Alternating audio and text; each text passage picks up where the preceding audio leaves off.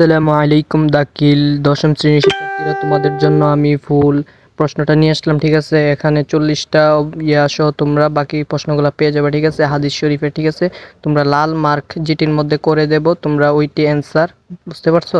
তোমরা পুরো প্রশ্নটা দেখে নাও। ঠিক আছে, আমরা সবটির অ্যান্সার কিন্তু দেখিয়ে দিব। ঠিক আছে, লাল মার্ক করে করে।